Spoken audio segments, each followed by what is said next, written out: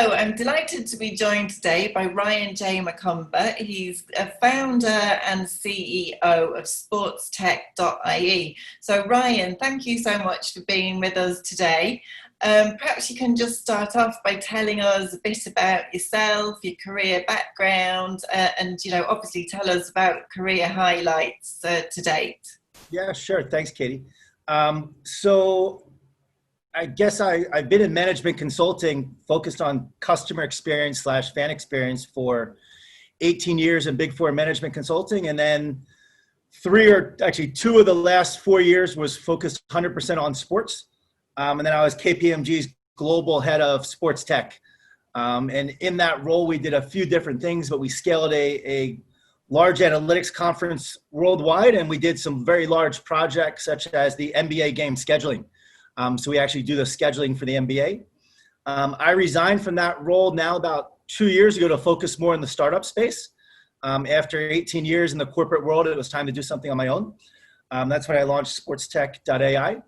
And we really focus on kind of three things. One is I have a portfolio of about 10 different startups that I support in various different roles.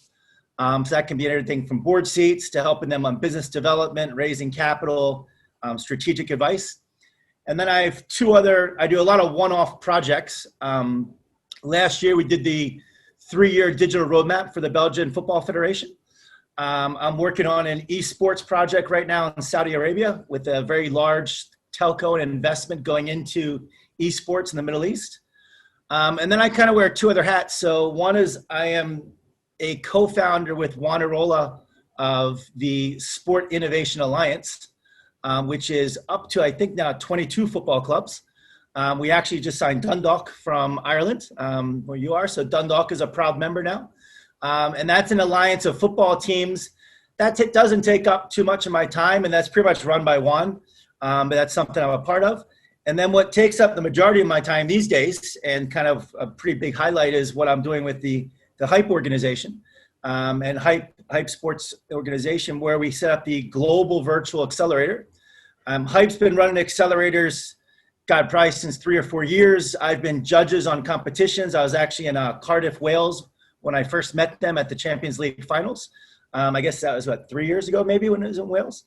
And I've been a part of some of their accelerators as speakers, as a mentor, and other things. They reached out to me exactly 158 days ago, because I'm stuck in Portugal. I know the exact date because I was in the airport when Amir called me. And he originally asked if we can he wanted to set up a virtual accelerator. Traditionally, all their accelerators have been in physical locations, and they've traditionally been in one location at one time around a specific topic. So they do one with Loughborough every year in the UK. They do one with FC Koln. It's always been these one-off, specifically in New York City at NYU, they did one around blockchain and sports tech. So I was a part of that one at one point. But they want to do something bigger this time. And Amir's original idea was, let's focus on football and have let's use the alliance and focus on all your clubs, and let's solve for the football issues. I thought it was a great idea.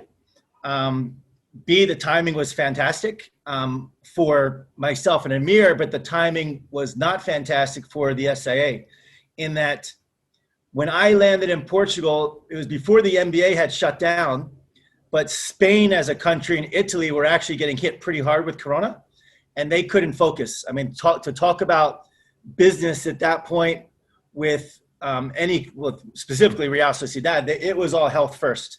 And they had to pass. I mean, Hype wanted to move faster than they could possibly move. They said they needed at least 2 months, and Hype wanted to get something started right away. I told Amir, look, give me the weekend. Let me just rack my brain and come up with something else. And I said, look, the SAA, it's nice. The clubs are big clubs, but let's go even bigger. Let's get some of the biggest clubs in the world. They all face the same issues. Let's not just focus on football. Let's focus on all sports. It doesn't matter if it's tennis, F1, football, or NBA. They all face the exact same issue. We're all in Corona together, and we all have the exact same issues of fans, of the players, of the trade. It's the exact same no matter how you cut it. So the idea was, let's take one team per sport. let's try to cover the largest part of the geography as we possibly can around the world. And then let's make it as easy on them as it is on the startup. So traditionally, the way Hype's worked and all the other accelerators, these types of companies pay a lot of money to run an accelerator for you. So, Comcast is doing one with Techstars. Comcast paid Techstars to do that. FC Koln with Hype before. We say, look, these clubs don't have any money right now. So my idea was, let's make it painless and easy on them. Let's not charge them. Let's ask them to commit to a pilot, ask them to commit some time. And that's how we got to where we are. I mean, I'll hit the pause button there before I talk too much about it, but that's kind of a long-winded background of how we got here and my background. So sorry. But no, it's all, really interesting. So perhaps you can just sort of dig a bit deeper then into what the actual Global Virtual Accelerator is and who's involved and what it entails. Yeah, so we ended up having initially 12 clubs. It's clubs and federations. So we had to call it clubs and federations because we have FIBA and the Belgian Federation as our two federations. So they're not just clubs. FIBA is basketball worldwide. They like to think NBA sits under there, but it's everything but the NBA. Hold on one second. Let me just plug in my computer here. So FIBA is all basketball. Belgian it's all football in Belgium except the Jupiler League. So it's all the grassroots, and then it's the women's team, it's the men's team, the Red Devils, the Red Flames, and so forth. So in addition to those two, then we have a bunch of clubs. So let's go to North America first. And you'll notice a pattern. I've strategically laid these out in different geographies of the U.S. So we started with Golden State Warriors and LAFC. As you know, Katie, Christian's a friend of mine. We've had a call with him before, you and I. So I reached out to Daniel and Christian first just to test this idea and to see if they could come on board and what they thought of it. So the idea was, again, you're committing time, you're committing to a pilot. Assuming we could find some good startups, we expect you to kind of execute on a pilot. So from the Golden State Warriors and LAFC, we then moved down to the Miami Dolphins. So we got the Dolphins on board. What's special about the Dolphins, a lot of people don't know, but they also, in addition to owning their stadium, they have an F1 race coming in a few years. It's going to be there. And then they own a big, large tennis tournament. So a massive tennis tournament on the tour takes place there. And then also the Miami Hurricanes, the college team, plays there. So the stadium's in use a lot. So the Dolphins out of Miami. Then we went up to New York and we wanted to get something from New York City, and New York Islanders are building a new stadium. As you're probably familiar, UBS, they just got the naming rights on UBS during our program. So the Belmont Center is brand new. The Islanders do a lot of work with LAFC. There's a little bit of kind of ownership ties together and some other things. So they're good friends. So we got the Islanders on board. Wanted to put something in Canada. Given we already had the Warriors, we went to the Blue Jays. Timing on that actually ended up becoming fantastic because they had to build a new stadium in Buffalo. Just an interesting little intricate part of this course. We went through that during the program of them, having to relocate and not being able to play in Canada. So those are the 5 big cities or big, Toronto, New York, Miami, LA, and San Fran. Then down in Australia, we have Tennis Australia as a part of it, which is all tennis in Australia, unlike in the UK where Wimbledon and Tennis UK are separate. In Australia, it's one entity. So it's a lot bigger than just the Australian Open. Let's see, then we go down to Latin America. We can kind of check off a South American box. So we have River Plate, one of the largest football clubs on the planet, but definitely one of the largest in South America. And then come back up to Europe and we added PSG. I would love to say I had the foresight that PSG was going to make the UEFA finals, but that was just pure luck. But I mean, it was great having them in this program, and we can even talk about it. 3 or 4 of the pilots actually took place or are taking place because of that UEFA finals.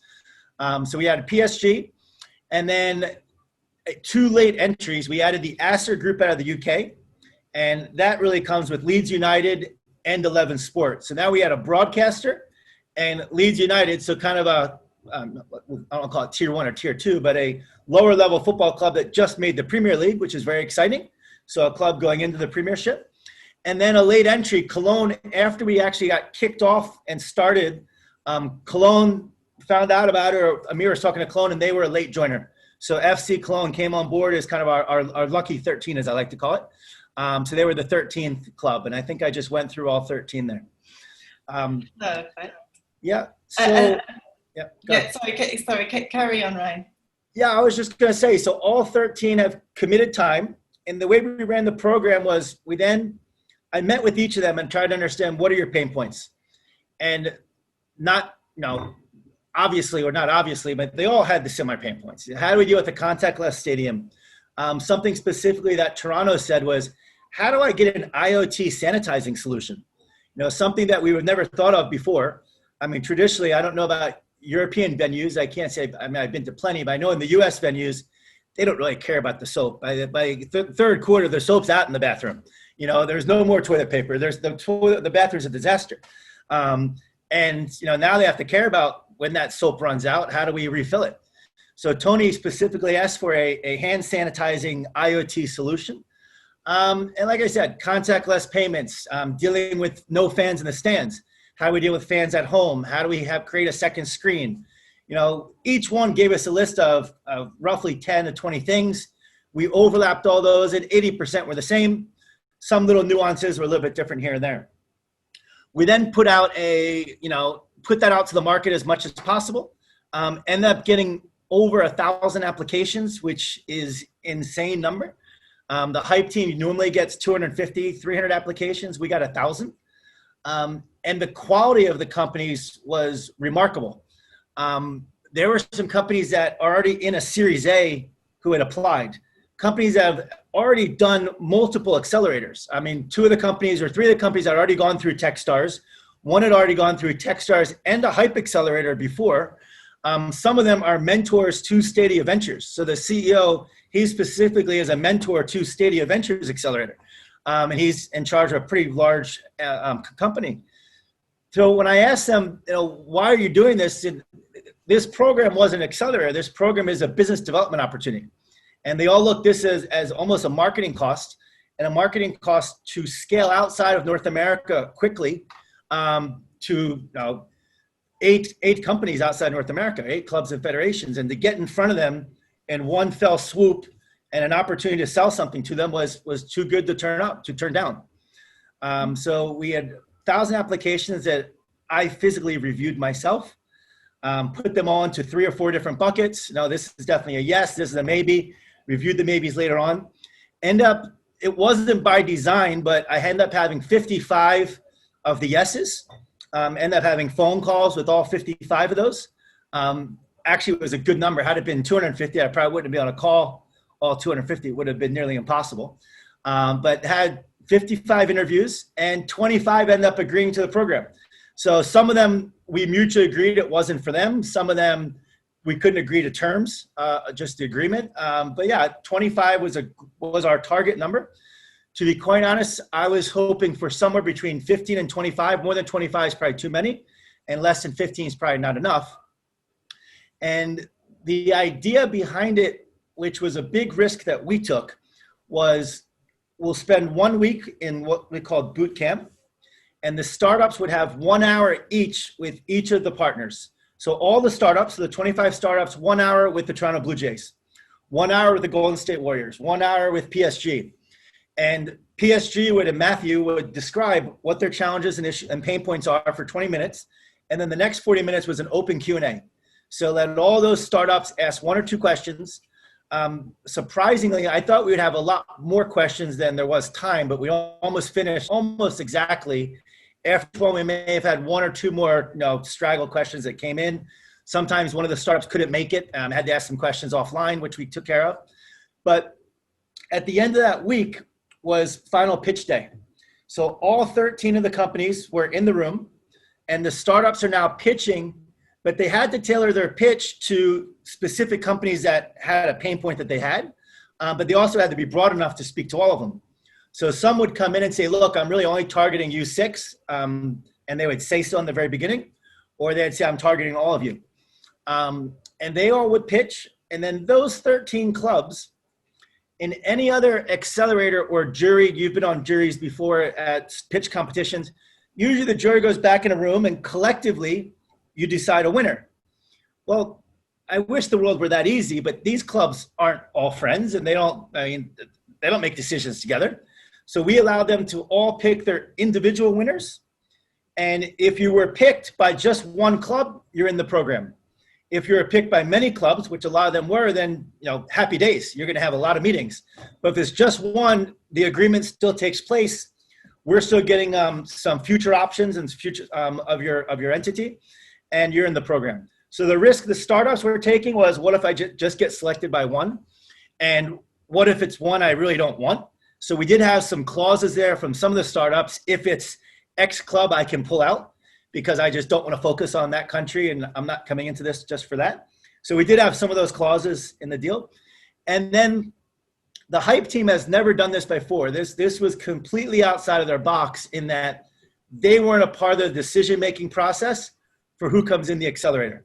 They've never done this before. And I'm not going to say they were scared at first. There were definitely some people that are saying, what's the worst case that can happen? What if only 4 clubs get selected, or 4 startups? And we're like, well, look, we then said you have to choose a minimum of 3. So I told the clubs, you have to choose a minimum of 3 that you want to learn more about. And these clubs, what they're committing to is to spend the next 6 weeks with these startups. And we tried to get it to be at least 1 meeting per week.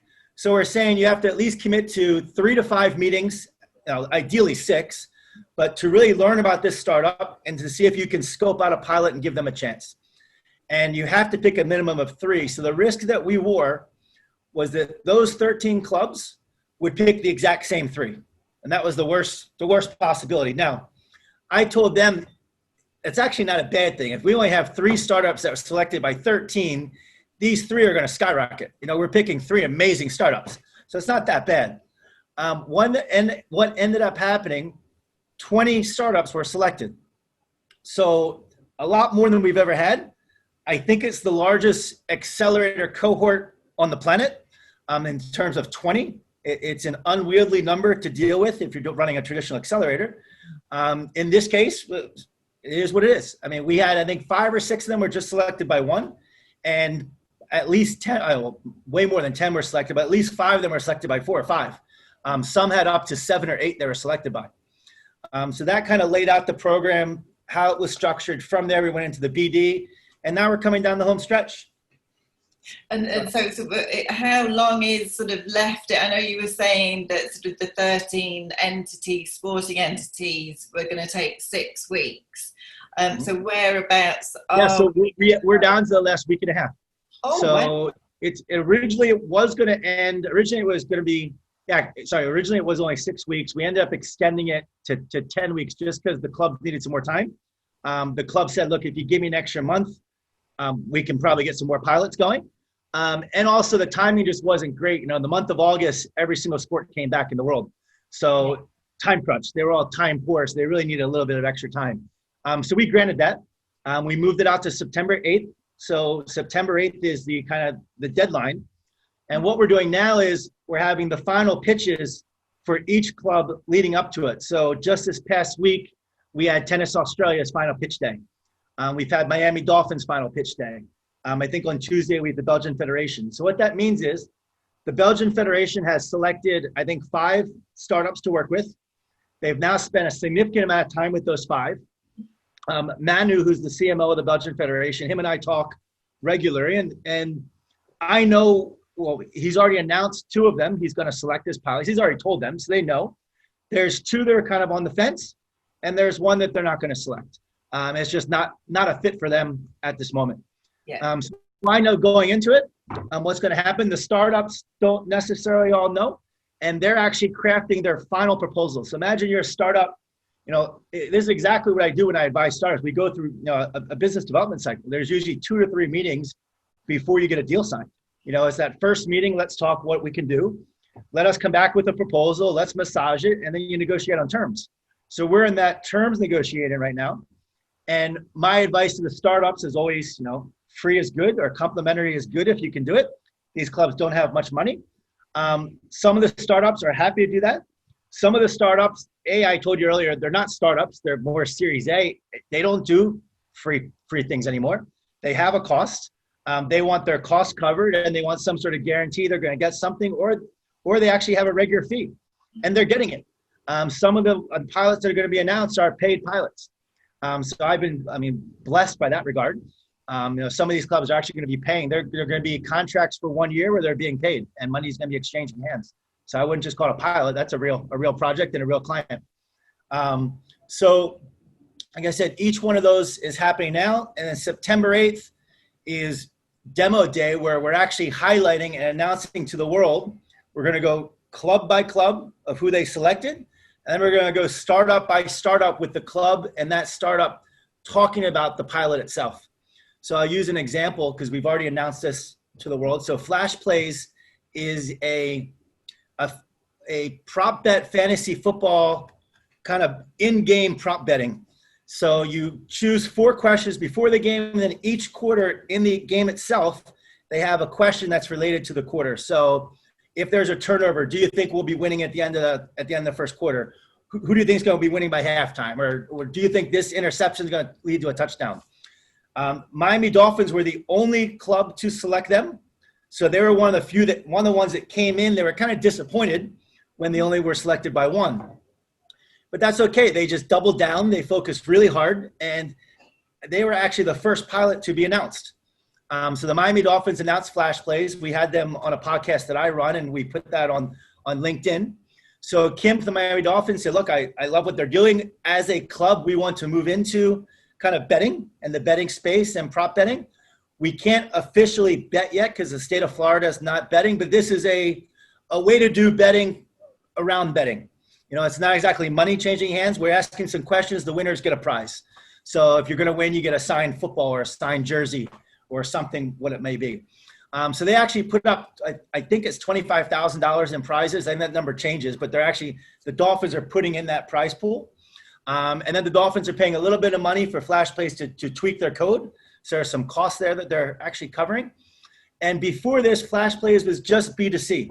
So all they did was just sell to all fans. This is the first time they're white labeling an app under the Dolphins. So to them, this is new territory. It's new things for them. For the Dolphins, they're trying something new. It's just a great story. So the Dolphins have that. They're going to be announcing, I won't give it away, but there's 2 more pilots that the Dolphins are going to be announcing this week. So they will have selected potentially 3 pilots, definitely 2, probably 3 of the 6 companies that they did. So that's just a great example. And all 3 of those startups are all going to play a role. They all kind of connect to each other. So for the Dolphins, one thing is going to be doing something that connects to this, that connects to that. So all 3 are in the same kind of sandbox, so to say, which is a great vision from Kim's side. Kim is the CIO of the Dolphins. And, as she said, they came into this program, they listed out all their use cases, and they found solutions that fit these use cases. So it's a very methodical kind of approach that the Dolphins took. Yeah. Obviously, you were saying, you did this, you launched the GVA and you had 1,000 applications and you got 13 clubs. So, is that the end of it, or can we expect this to be replicated? Yeah, no, look, we're in detailed discussions right now on replicating it. Haven't 100% committing to it, but I think we definitely, the direction is let's replicate it. We got to work on timing and see, do we use the same clubs, different clubs? We'll probably use different clubs, push it out a little bit and see what the current issues are at that time. I don't see Corona going away anytime soon. And a lot of the issues that we solved for are still going to be issues in the future. And there's plenty of other startups out there that, seeing the success of this have already reached out to me saying, if you do something again like that, we didn't know, I wish we had participated. Now that we see how big it is, those sorts of things. But, the ability to go to these 13 clubs and now scale potentially around the world. And I'll come back to Miami again in a second, where if the Dolphins do something, now the Florida Marlins might pay attention. The Miami Heat might pay attention. So we specifically staggered it by geography and then by sport. So, once the Dolphins do something, the Eagles and the Redskins and everyone else will notice it. But in that city, you'll start to notice. So, yes, there's been some great stories in that regard. I do want to give a shout out to one of the kind of big winners of the program, a company called Handy, which when I put this out there, all these solutions and everything, I thought I knew most of the sports tech startups or most of the things that we would get. But Handy is actually some guys that came up with this idea of a contactless hand sanitizing IoT solution. And it mapped exactly to what Tony was asking for. Yeah. And it's a tower that they already had Liverpool as a client. They already had British Airways as a client. British Airways is putting this, you know, where you check into all the planes, they're putting one of these towers next to each check-in. But the tower, it's contactless.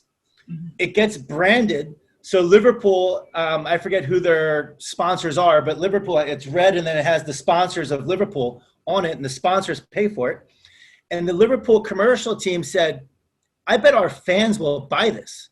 And they turned it into a selling thing that they sell in the shop.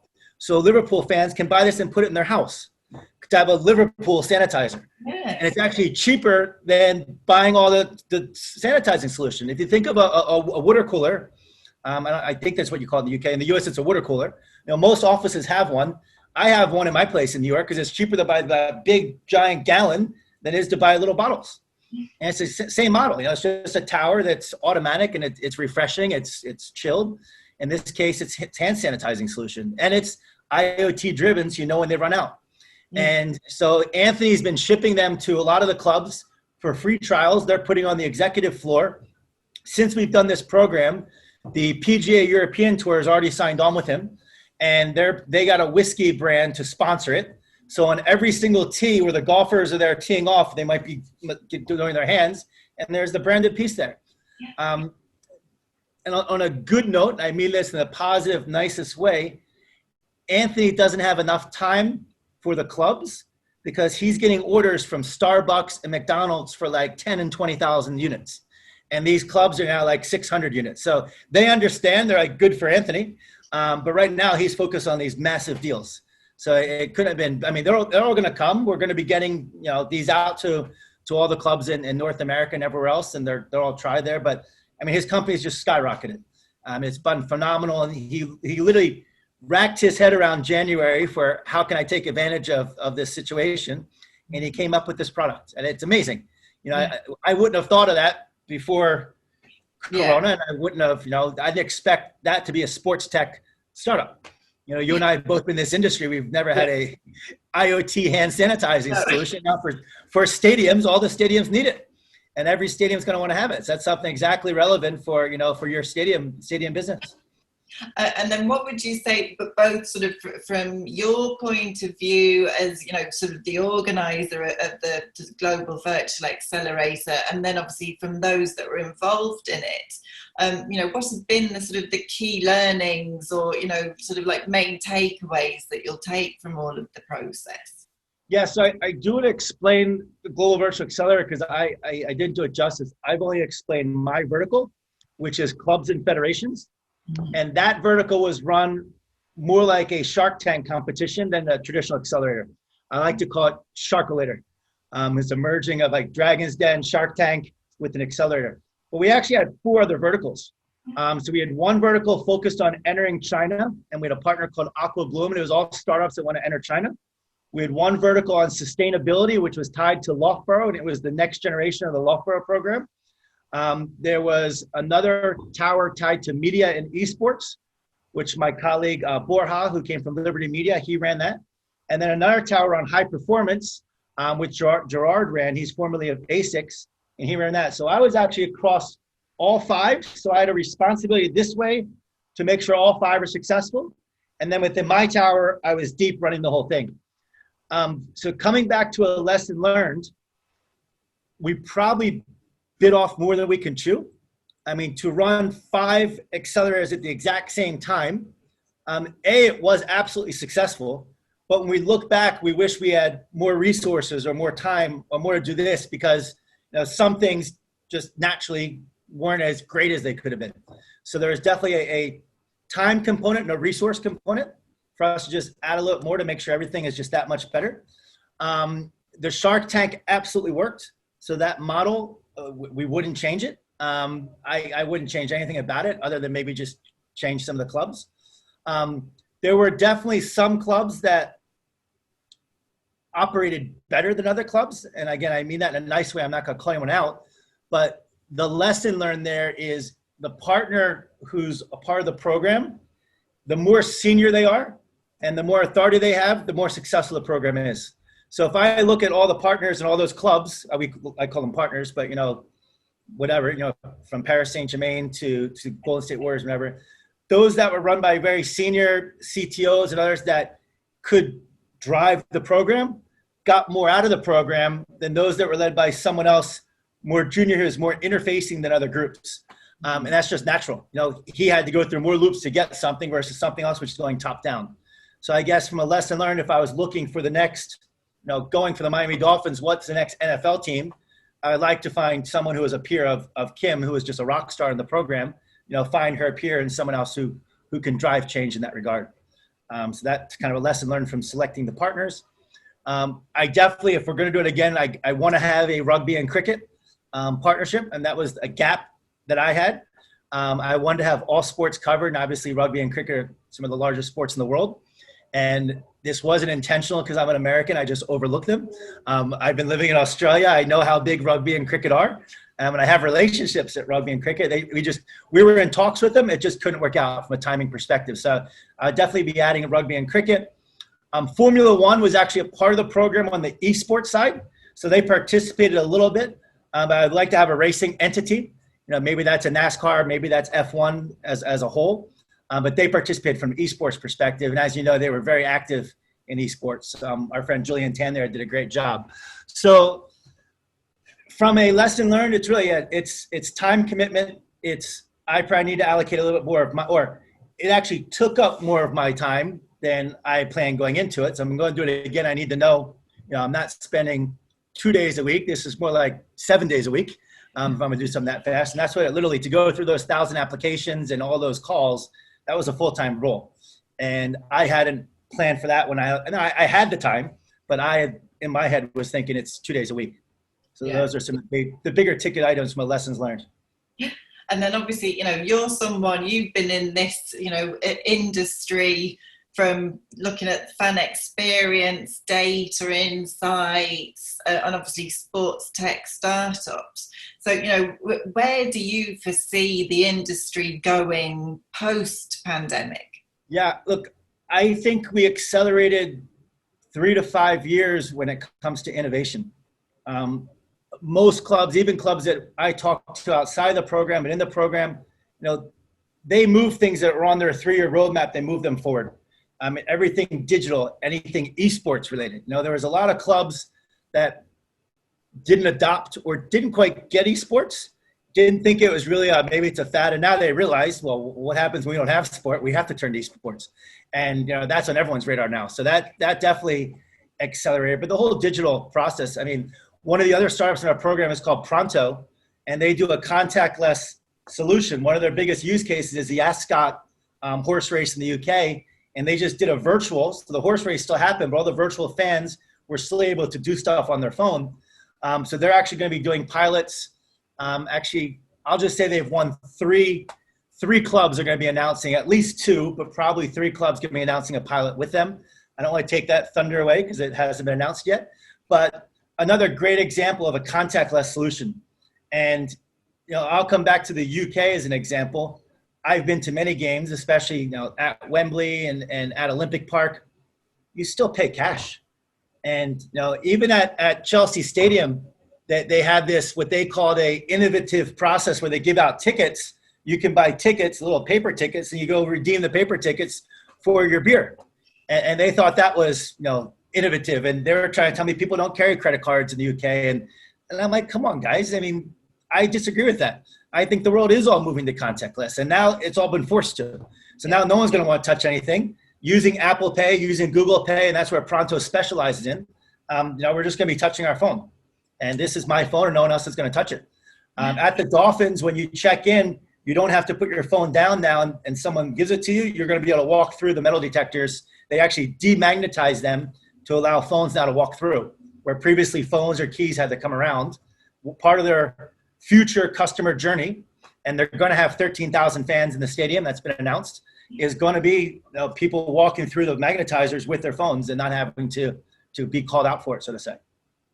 Oh, wow. So, it's everything. So I know we actually did an interview with George Vaughan at Ascot, Uh-huh. earlier in the year, and he was Okay. telling us all about the golden ticket. And Yep, exactly. yeah, it's Yep. amazing how all these innovations have come about because of this. Yep. And like you say, sort of the technology's fast forwarded probably 2 or 3 years, Mm-hmm. and it's definitely those that innovated that are going to stay at the forefront. But 100%. And I do think that there are some clubs that weren't quote unquote innovative that have, whoever did own digital, because someone owns it. I mean, they're getting a little more attention these days, so that they're becoming more innovative. And those that had budget set aside, they, like I said, they probably moved things up. They've accelerated. And, I look at it as almost a 3 to 5 year jump if you look at the whole industry overall from a technical, digital, innovative esports perspective overall. That's kind of my gut feel of what I kind of see. Yeah, and sort of if you could give, sort of everything that you've seen and learned over specifically, I suppose, the last 6 months, if you could give sort of like one piece of advice to sporting entities, what would it be? Yeah, to a sporting entity, it would be no fear and allocate budget to digital and tech. Have someone in a senior role who can make those decisions. There's a lot of clubs that sits in multiple things and it's too much politics. Have someone who is your CTO or CIO that can make these decisions, and no fear in that. I've met with numerous clubs and numerous English Premier League clubs that they care more about the pitch and more about winning on the field than they do care about the fan experience. And if they do care about fan experience, they don't want to trial something with a startup. And I disagree with that model. And I say, have that no fear, try stuff. Have a fast fail program. If it doesn't work, just kill it, but be willing to try stuff.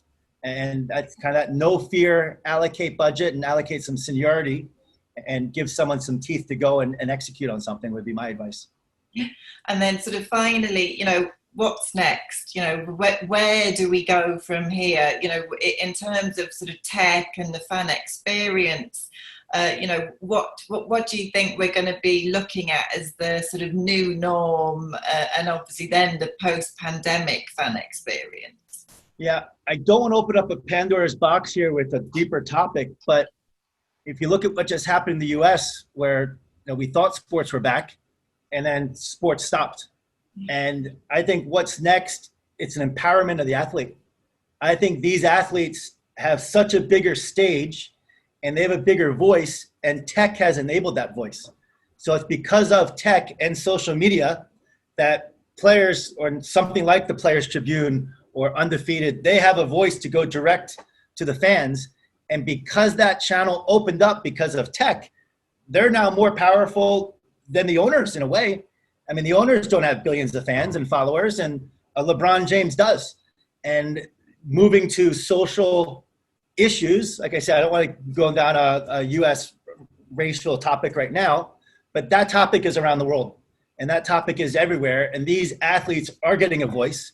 And when the U.S. is doing something, believe me, the European soccer players are thinking the exact same thing. And this enablement or empowerment of tech, I think the next thing is the athlete empowerment. And those athletes, and that trickles down to sponsorship, individualism, and being their own personal brand. And certain sports do it great, like the NBA. Other sports are not so good, like Major League Baseball. The individuals just don't have that brand where the NBA does. And the NBA seems to be leading the way for all of that. And believe me, all other athletes are looking at that saying, good on you, and let me take advantage of the same thing. So I think there's that next generation of, athlete empowerment because of tech. That's something I would point out. Yeah.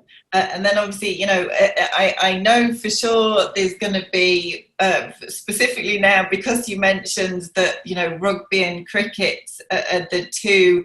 So, if there are sort of clubs and teams out there that want to be involved in the next global virtual program, what should they do?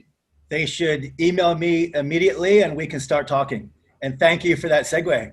Doing some nice sales for me. But yeah, they can just get in touch with me. Easiest is on LinkedIn, or just email me at Ryan, RYAN, at SportsTech.ai. But I'm on LinkedIn and everyone can find me there, and I reply to messages every day. So yeah, look, we would love to have a big rugby club or a federation. cricket as well, anywhere in the world, absolutely. And want to get them involved, and they're facing the same issues. So absolutely. Perfect. Well, keep us posted, as the new pilots come out and the demos, of course. Yep. And then when you're ready to launch the second GVA program, let us know. I'm sure you're going to be inundated again. We would love to have you on board, Katie, as a mentor to some of the startups potentially, and also just throw it out there to venues as well. It doesn't have to be a club. It could be a venue like, say, a Wembley that does all kinds of sports. We're open to all the above. So broadcasters, clubs, federations, and you name it. So just a reminder, September 8th is our demo day.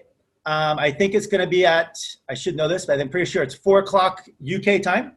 And it's going to last for 4 hours. So the first hour is from all the clubs talking, and Amir and I are going to be discussing with all the clubs who they selected, what they did. They're not going to go into detail of what they selected.